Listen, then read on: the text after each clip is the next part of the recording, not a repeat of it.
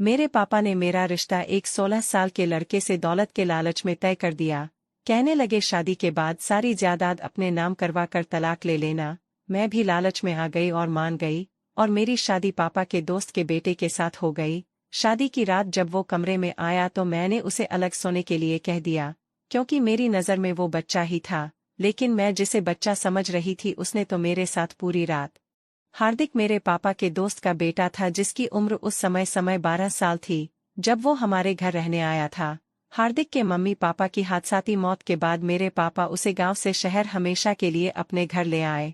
हार्दिक का इस दुनिया में कोई नहीं था, इसलिए मेरे पापा के पास दूसरा कोई चारा नहीं था कि वह हार्दिक को अपने पास ले आते। हार्दिक के पापा में और मेरे पापा में भाइयों जैसी मोहब्बत थी, दोनों आपस में सगे भाइयों की तरह ही रहते थे। मेरी उम्र उस समय 17 साल थी जब हार्दिक हमारे घर आया। उस वक्त वो रो रहा था।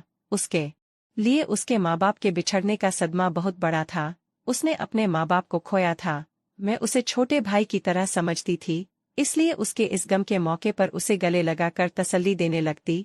उसके आंसू पोंछती उसे कहती कि तुम मेरी माँ को अपनी माँ समझ लिया करना। जब वो अपनी माँ को याद करके सिसकियाँ भर भर के मम्मी मम्मी पुकारता तो मेरा और मेरी माँ का दिल फट जाता। मेरी माँ भी उसे बहुत प्यार करती थी, लेकिन वह धीरे धीरे मुझसे बहुत ज्यादा अटैच होने लगा। घंटों मुझसे अपनी माँ की बातें करता, अपने पापा की बातें करता। दिक के पापा ने सारी जायदाद उसके नाम पर कर रखी थी, इसलिए जमीन के पैसे उसके पास आते रहते थे, और वह पैसे इतने होते थे कि उसके खर्चों के साथ साथ हमारे खर्च भी उन्हीं पैसों से पूरे होने लगे थे। मेरे पापा का कारोबार बहुत छोटा सा था, हम मुश्किल से ही अपनी जरूरत को पूरा कर पाते थे। लेकिन अब तो हमारे घर में हर ऐशो आराम होने लगा था, क्योंकि अब हार्दिक का सारा पैसा मेरे पापा के पास आने लगा था। हार्दिक अक्सर शाम को मुझे कहता कि मैं उसके साथ आंख मिचोली खेला करूं, कंचे खेला करूं। मैं भी उसका जी बहलाने के लिए उसके साथ कंचे खेलने लगती। वो मुझसे ही पढ़ने लगा था। मैं भी अपने माँ बाप की इकलौती ही बेटी थी, मुझे तो जैसे एक छोटा भाई मिल गया था। लेकिन मैं भूल गई थी कि सगा भाई ही अपना भाई होता है, मुंह बोले भाई भाई नहीं बन जाते। मैं उस समय बीए की पहली साल में थी, कॉलेज कभी कभी ही जाती थी, घर पर ही पढ़ लिया करती थी। खाने की जिम्मेदारी मेरी माँ ने मेरे ऊपर डाल रखी थी, इसलिए स्कूल से आते ही वह सीधा किचन में चला आता। मैं उस वक्त उसके लिए रोटी बना रही होती, वह आते ही मेरे गले में बाहें डाल देता और कहता, कंचन जी आज क्या बनाया है आपने मेरे लिए? वो बड़े लाड से पूछता। मैं उसे कहती, पहले अपने कमरे में जाओ और नहा धोकर फ्रेश होकर आओ, तुम तो सीधे किचन में चले आते हो। मेरी बात पर वह मुझे गौर से देखते हुए कहने लगता, इसलिए कि स्कूल से आने के बाद मुझे सबसे पहले आपको देखने की ख्वाहिश होती है। जितना समय स्कूल में रहता हूँ मेरा दिल आपको देखने के लिए बेचैन रहता है। मैं ही जानता हूँ स्कूल का समय मैं आपके बगैर कैसे गुजारता हूँ। आपको क्या पता आप मेरे लिए क्या है। मुझे लगा शायद वो मुझसे इसलिए इतनी मोहब्बत करने लगा था कि उसके हर गम में मैंने उसके आंसू पोंछे थे। 3 साल हो चुके थे उसे हमारे घर में रहते हुए, अब तो वो 10वीं क्लास में भी आ चुका था, इसलिए उसे शायद मेरी आदत सी लग गई थी। सच तो यह था मेरा भी दिल उसके बगैर नहीं लगता था, लेकिन मैं तो उसे अपने छोटे भाई की तरह ही समझती थी। लेकिन मुझे उसकी मोहब्बत की शिद्दत का अंदाजा उस समय हुआ जब मेरी माँ की सहेली का बेटा हमारे घर कुछ दिन रुकने के लिए आया था। वह अपनी जॉब के सिलसिले में दिल्ली शहर आया हुआ था, और मेरी माँ ने उसे घर पर ही रोक लिया था कि जब तक तुम्हें तुम्हारे मन का कमरा नहीं मिल जाता तुम हमारे घर पर ही रुक जाओ। मम्मी के सहेली के घर मेरा बचपन से ही आना जाना था, और मम्मी की सहेली का बेटा अमित भी मेरे घर आता जाता था। बचपन से ही हमारी अच्छी खासी दोस्ती थी। मेरी माँ ने और मेरी सहेली ने मिलकर हम दोनों के रिश्ते की बात भी बचपन में ही तय कर रखी थी, और इस बात का पता मुझे और अमित को भी था, इसलिए एक दूसरे के लिए हम वैसे ही जज्बात रखते थे। उसकी नौकरी लगी तो बहुत खुश था, कहने लगा, आंटी जी मुझे एक छोटा सा फ्लैट मिल गया है, अब मैं अपने फ्लैट में शिफ्ट हो जाऊंगा। जिस दिन उसकी नौकरी लगी थी दूसरे शहर से उसकी माँ और उसकी बहन भी आई थी हमारे घर मिठाई के डिब्बे के साथ। वह सब लोग आए थे। मैं उन लोगों के स्वागत के लिए किचन में खड़ी चाय का इंतजाम कर रही थी। हार्दिक भी किचन में खड़ा मेरी मदद कर रहा था। मैं चाय बना रही थी और वो पकौड़े बनाने के लिए आलू काट रहा था। बाकी सब चीजें मैं तैयार कर चुकी थी। आज सब कुछ मैंने अमित की पसंद का बनाया था। मैं हार्दिक से ही बात कर रही थी कि जब अमित मिठाई लेकर किचन में ही आ गया। उसे देखकर मेरी नजरें खुद ब खुद शर्म से झुकने लगती थी, चेहरा गुलाबी होने लगता। उसने मिठाई का डिब्बा मेरे सामने किया, कहने लगा तुमने मुझे मुबारकबाद नहीं दी। मैं डिब्बे में से मिठाई उठाने लगी तो अमित ने वो पीछे कर लिया। फिर उसमें से एक बर्फी उठाकर मेरे मुंह के करीब कर दी। कहने लगा मेरे हाथ से खाओ, मुझे अच्छा लगेगा। आज तो वैसे भी मम्मी तुम्हारी माँ से बहुत ही खास बात करने आई है। अमित की बात पर मैं शर्माने पर मजबूर हुई थी। मैंने थोड़ी सी बर्फी उसके हाथ से लेकर खाई थी और फिर मैं कप में चाय डालने लगी। लेकिन मुझे नहीं मालूम था कि हार्दिक को अमित की बातें और यह व्यवहार बुरा लग जाएगा। अमित मेरे पास ही शेल्फ से टेक लगाए खड़ा मुझे देख रहा था। कहने लगा कंचन, पूछोगी नहीं कि मम्मी किसी खास काम के लिए आई है? मैं जानती थी अमित को बस अपनी जॉब लगने का इंतजार था, यकीनन अब बात शादी की ही होगी। लेकिन मैं अनजान सी बन गई। अमित की नजरें मेरे दिल की धड़कनें बढ़ाने लगी थी। मैंने पूछा किस खास काम के लिए आई है? अमित मुस्कुराने लगा, कहने लगा तुम्हें हमेशा के लिए अपना बनाने के लिए। पता है कंचन, मैंने नौकरी लगते ही माँ से कह दिया था कि आप मेरे सब्र का और इम्तिहान ना लें। मेरी कंचन को मेरे घर लाने का इंतजाम करें। अमित की शोगियां अपने चरम पर थी जब हार्दिक के चिल्लाने की आवाज पर हम दोनों ही अपने होश की दुनिया में वापस आए थे। आलू काटते काटते हार्दिक ने अपनी उंगली काट ली थी और उससे अब खून बह रहा था। वह अपने हाथ को दबाए चिल्लाने लगा। मैं और अमित उसके पास गए। मैंने उसका हाथ पकड़ लिया। कट बहुत गहरा था। उसके हाथ से काफी ज्यादा खून बह रहा था। उसकी आंखों से भी आंसू बह रहे थे। अमित ने हार्दिक का हाथ मेरे हाथ से पकड़ लिया। उफ, इसका हाथ काफी कट गया है। तुम भी ना कंचन, क्या जरूरत थी बच्चे से यह काम करवाने की? जाओ जाकर बैंडेज लेकर आओ। अमित को भी हार्दिक के कटे हाथ को देखकर दुख हो रहा था। हार्दिक मुंह बंद किए बस अपने दर्द को बर्दाश्त कर रहा था। बस मैं तो उसका हाथ देखकर ही बौखला से गई थी, इसलिए तेजी से किचन से निकलकर मम्मी के कमरे में चली गई और बैंडेज उठा लाई। मेरी माँ और अमित की माँ दोनों ही हार्दिक के लिए परेशान होने लगे। वो रोए जा रहा था। मैंने कहा दर्द हो रहा है? उसे यो रोता देखकर मेरी आंखें भी नम हो चुकी थी। मुझे यो परेशान देखकर बोला कि हाँ बहुत दर्द हो रहा है, इतना कि सहा नहीं जा रहा। पता नहीं उसके शब्दों में क्या था कि कुछ पल के लिए मुझे खामोश कर गया था। सभी हार्दिक में लग गए थे। ना ठीक से किसी ने कुछ खाया था, ना ही मेरी होने वाली सास ने कोई बात की थी। अमित की मां जाने से पहले कहने लगी कि मैं एक बहुत खास काम से आई थी, लेकिन हार्दिक की तकलीफ ने तो सारी सूझबूझ ही खत्म कर दी। लेकिन अगली बार सारी रस्मों के साथ कंचन को अमित के नाम की अंगूठी पहनाने आऊंगी। मुझे उस वक्त इस बात को लेकर जरा भी खुशी नहीं हो पा रही थी, क्योंकि मेरा सारा ध्यान हार्दिक के कटे हाथ की तरफ था। अमित की मां चली गई थी। जब पापा घर आए तो हार्दिक को फौरन डॉक्टर के पास लेकर गए। रात का खाना हार्दिक ने मेरे हाथ से खाया था।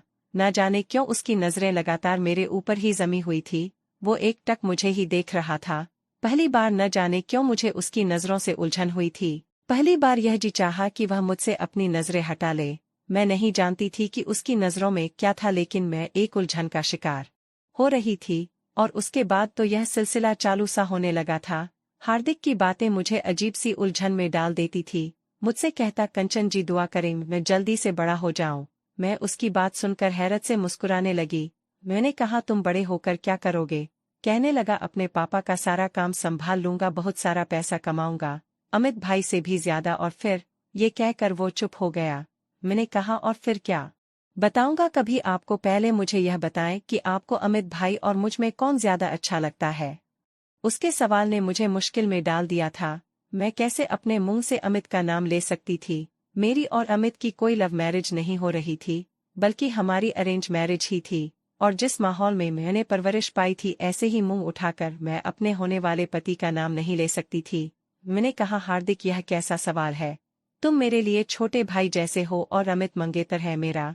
लेकिन वह जिद पर अड़ा हुआ था। कहने लगा कि मुझे बताओ कि हम दोनों में से आपको सबसे ज्यादा कौन पसंद है। मैं उसके सामने अमित का नाम नहीं ले सकती थी, इसलिए कह दिया कि तुम मुझे बहुत अच्छे लगते हो, अमित से भी ज्यादा। यह बात मैंने ऐसे ही मजाक में कही थी, जैसे कोई बड़ी बहन छोटे भाई से कहती है, उसका मन बहलाने के लिए। मेरी बात सुनकर उसका चेहरा खिल उठा। कहने लगा मैं जानता था, जब मैं आपको इतना चाहता हूं तो कैसे मुमकिन है आपको मुझसे मोहब्बत ना हो। उसकी बात मुझे इतनी बुरी नहीं लगी थी, जितनी उसकी नजरों की बेवाकी ने मुझे हड़बड़ाने पर मजबूर कर दिया था। मैंने हमेशा उसे छोटा बच्चा ही समझा था, इसलिए उसके बारे में ऐसा सोच भी नहीं सकती थी। हार्दिक ने 10वीं क्लास बहुत अच्छे नंबरों से पास की थी। अमित की माँ इस बार मेरे लिए मंगनी का सारा सामान लेकर आई थी। हमारे घर में ही एक छोटा सा फंक्शन रखा गया था। मेरी सहेलियों ने मुझे तैयार भी बहुत अच्छा किया था, लेकिन न जाने क्यों हार्दिक चुप चुप सा था। मंगनी की रस्म घर पर ही की गई थी। मैं तैयार होकर अमित के बराबर में बैठी तो हार्दिक कुछ देर तो मुझे टकटकी बांधे देखता रहा। मेरी नज़र भी बार बार उस पर उठ रही थी। उसकी आंखें न जाने क्यों लाल सी होने लगी थी, और जब अमित ने मुझे अंगूठी पहनाने के लिए मेरा हाथ थामा, तो हार्दिक तेजी से वहां से चला गया। मैं जानती थी उसे मेरे जाने का दुख है। मंगनी हो रही थी और 1 साल बाद शादी भी थी, इसलिए हार्दिक उदास हो रहा था। लेकिन मैं भी क्या कर सकती थी, शादी तो मेरी एक न एक दिन होनी ही थी। अमित आज बेहद खुश था।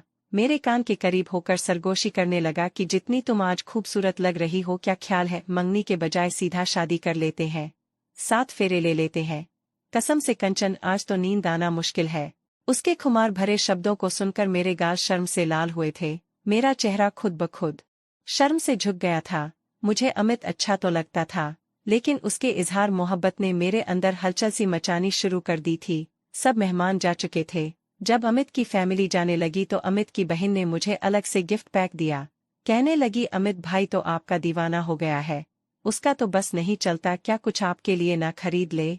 ये भी उसने ही दिया है। आपके लिए गोल्ड की चेन है जिस पर अमित लिखा है। कहा है मुझे कि कंचन से कहना हर वक्त इसे पहन कर रखे। मैंने शर्माते हुए अपनी नंद से वो पैकेट लेकर अपने कमरे में आ गई। वह लोग जा चुके थे। मैं बहुत खुश थी। वह चैन भी अपने गले में पहन ली। एक लड़की के लिए शायद बहुत खुशनसीबी की बात होती है कि उसका पति उसे इस कदर चाहता हो। अभी मैं वह चैन अपने गले में देख रही थी जब अमित की कॉल आने लगी। मैंने मुस्कुराकर उसका फोन उठाया था। अब तो अमित की बातें मेरा चैन चुराने लगी थी। वह अपनी बेकरारियों का जिक्र मुझसे करने लगा था। उसकी बातों का जादू था कि मैं हार्दिक को नजरअंदाज कर गई थी। हालांकि मैं जानती थी वह अपने कमरे में बैठा रो रहा होगा, लेकिन इस वक्त मुझे अमित की बातों में दिलचस्पी थी।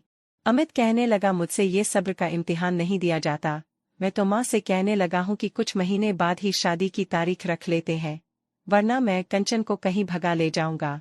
अभी मैं अमित से बात कर ही रही थी कि मुझे शोर की आवाज सुनाई दी थी।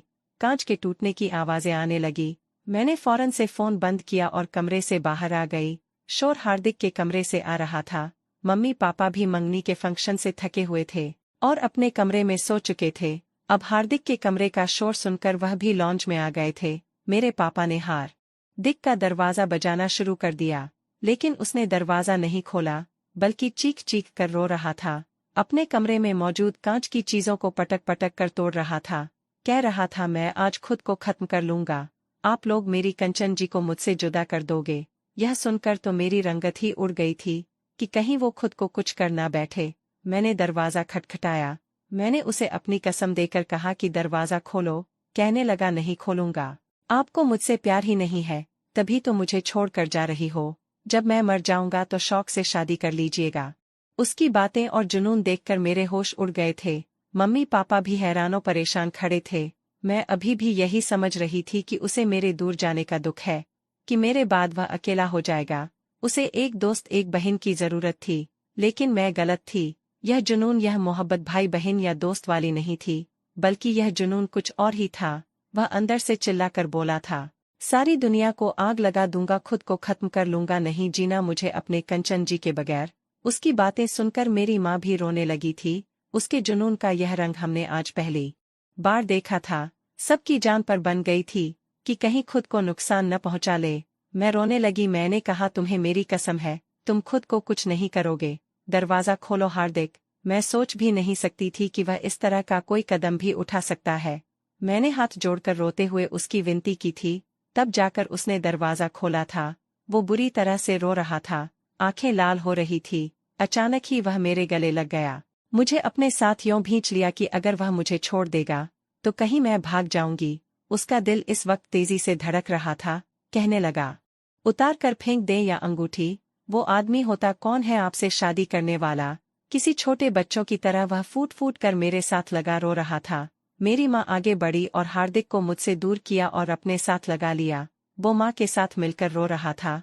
कहने लगा, भगवान के लिए आंटी जी, मुझे इतना बड़ा दर्द मत दे। मेरे माँ बाप को तो भगवान ने मुझसे छीन लिया है, मेरी कंचन को मुझे मत छीने। मेरी माँ उसे सहलाने लगी और मुझे अपने कमरे में जाने का इशारा कर दिया। मैं वापस अपने कमरे में चली गई। मैं तो इस कदर परेशान थी कि बता नहीं सकती। हो क्या गया था हार्दिक को? क्यों इस तरह से रिएक्ट कर रहा था? अभी मैं इसी उलझन में थी कि मेरा मोबाइल बजने लगा। मैंने फोन देखा तो अमित की कॉल थी। मैं इस वक्त इतनी दिमागी उलझन का शिकार थी कि अमित से कोई रोमांटिक बात नहीं कर सकती थी। मैंने यही सोचा कि उससे कह दूं कि मुझे नींद आ रही है, किसी और दिन बात करूंगी। लेकिन मेरे फोन उठाते ही वह भड़क उठा। कहने लगा, कब से तुम्हें लगातार फोन कर रहा हूं। अचानक से फोन बंद करके कहाँ चली गई थी? पहली बार उसके कहने का अंदाज इतना सख्त था। मैं उसे क्या बताती कि मैं किस उलझन में फंसी हुई थी। मैंने कहा, मम्मी की तबीयत अचानक से खराब हो गई थी। मुझे उससे झूठ बोलना पड़ा। यही बहाना मुझे इस वक्त सही लगा था। ये सुनकर अमित चुप हो गया। फिर अपने रवैये पर माफी भी मांगने लगा और माँ की खैरियत भी पूछने लगा। मुझे फिर से प्यार भरी बातें करने लगा। लेकिन मैं दिमागी तौर पर परेशान हो चुकी थी। एक तरफ अमित जल्द शादी पर अड़ा हुआ था, दूसरी तरफ हार्दिक इस सच्चाई को स्वीकार करने के लिए तैयार न था। मैं हमेशा उसके पास नहीं रह सकती थी। आखिर मुझे कभी ना कभी तो शादी करनी ही थी। सच तो यह था कि मैं भी अमित से बेहद मोहब्बत करने लगी थी। बंधन ही कुछ ऐसा था। वो मेरा मंगेतर था, फिर मुझे चाहता भी बहुत था। कैसे मुमकिन था मेरे दिल में उसके लिए जज्बात न बदलते? रात को अब कई कई घंटे हार्दिक मुझे अपने पास बिठा कर रखता, बेफिजूल से इधर उधर के किस्से सुनाता रहता कि कहीं मैं कमरे में उठकर जल्दी ना चली जाऊं। शायद वह जानता था कि अमित रात को मुझसे बात करता है। मैं बार बार घड़ी देखती रहती और उसे सोने का कहती रहती। और जब हार्दिक से जान छुड़ाकर जैसे तैसे कमरे में आती तो अमित की कई मिस कॉल से देखकर परेशान हो जाती। रोज रोज मैं अमित को क्या बहाने बना सकती थी? एक बार अमित कहने लगा, तुम मुझे नखरे दिखाने लगी हो। तुम्हें मुझसे मोहब्बत ही नहीं है। मैं पूरा दिन ऑफिस थका हारा आता हूँ, रात को कुछ देर तुमसे बात करना चाहता हूँ और तुम रात के 1-1 बजे तक मेरा फोन नहीं उठाती हो। चाहती क्या हो तुम? अमित मुझसे अब बदगुमान सा होने लगा था। मैंने डरते हुए उसे बता दिया कि मैं हार्दिक के पास होती हूँ। जब से उसके मम्मी पापा की मौत हुई है वह मुझे कुछ ज्यादा ही अटैच है। जब तक मुझसे बात ना कर ले सोता नहीं है। मुझे लगा अमित मेरी बात को समझेगा, लेकिन वो तो मुझ पर ही गुस्सा करने लगा। कहने लगा, तुम्हारा रात के समय हार्दिक के कमरे में क्या काम है? मैंने कहा, क्या हो गया है आपको अमित? छोटा बच्चा है, वो मुझे बड़ी बहन समझता है। वो कहने लगा, इतना भी छोटा नहीं है। 2 महीने के बाद 17 साल का हो जाएगा। बस आज के बाद तुम उसके कमरे में नहीं जाओगी। मैंने जैसे तैसे करके अमित का मूड ठीक किया था। कुछ दिन बाद ही एक ऐसा हादसा हमारे साथ पेश आया कि मेरी जिंदगी ही बदल कर रह गई। मेरी शादी की तारीख पक्की हो गई थी और 15 दिन बाद ही मेरी शादी थी कि अमित का एक्सीडेंट हो गया। उसकी एक टांग बुरी तरह फ्रैक्चर हो गई थी और उस पर प्लास्टर चढ़ चुका था। टांग की हड्डी टूट चुकी थी और मेरा रो रो कर बुरा हाल था। उस वक्त हार्दिक ही था जो मेरे आंसू साफ कर रहा था। मेरी शादी भी धरी की धरी रह गई थी। यहाँ तक कि अमित की नौकरी भी छूट गई थी। पापा के काम का सिलसिला भी खत्म हो गया था। जब से हार्दिक के पापा की जमीनों के पैसे आने लगे थे, पापा ने अपने काम पर ध्यान देना छोड़ दिया था। अमित की टांग का ऑपरेशन करवाना बहुत जरूरी था, लेकिन अमित के हालात ऐसे ना थे। फिर पापा ने सोचा कि अगर हार्दिक अपनी जमीनों का कुछ हिस्सा बेच दे तो उससे अमित का ऑपरेशन भी हो जाएगा और मेरी शादी भी। लेकिन मसला यह था कि वह 18 साल का नहीं था। लेकिन अगर उसकी शादी किसी वालिग 18 साल की लड़की से हो जाती तो वसीयत के मुताबिक वह लड़की हार्दिक की जायदाद की मालिक बन जाती और हार्दिक की इजाजत से प्रॉपर्टी बेच सकती थी। इसलिए जब ये बात मुझसे मेरी माँ ने कही तो मैं हैरत के समंदर में गोते खा रही थी। मैंने कहा, माँ आप यह क्या कह रही है? मैं उसे भाई समझती हूँ, ऐसा हरगिज नहीं कर सकता। मम्मी ने कहा, दूसरा कोई रास्ता नहीं है हमारे पास। अमित का ऑपरेशन बहुत जरूरी है, जिस पर लाखों रुपए चाहिए। अगर समय से अमित का ऑपरेशन नहीं हुआ तो उसकी टांग खराब हो सकती है और डॉक्टर को टांग काटनी भी पड़ सकती है। मैंने कहा, हार्दिक भी मुझे अपनी बहन समझता है, वह कभी भी मुझसे शादी के लिए राजी नहीं होगा। आप क्यों हमारा इम्तिहान ले रही हैं?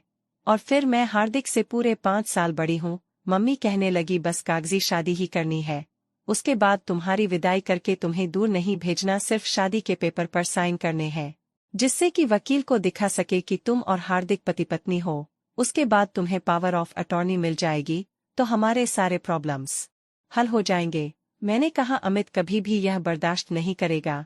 मम्मी कहने लगी, वह खुद बहुत मजबूर है, उसे सब बता दिया है और उसे इस बात पर कोई एतराज नहीं है। मैं हैरान थी कि वह तो मुझे हार्दिक के करीब नहीं होने देता था, अब कैसे उसने हार्दिक से शादी के लिए मान लिया था। मुझे यह सब अच्छा नहीं लग रहा था, लेकिन मैं हालात की नज़ाकत को देखते हुए खामोश हो गई। से हार्दिक भी मुझे मजबूरी में ही शादी कर रहा होगा। इस वक्त वह 17 साल का था और मैं 22 साल की।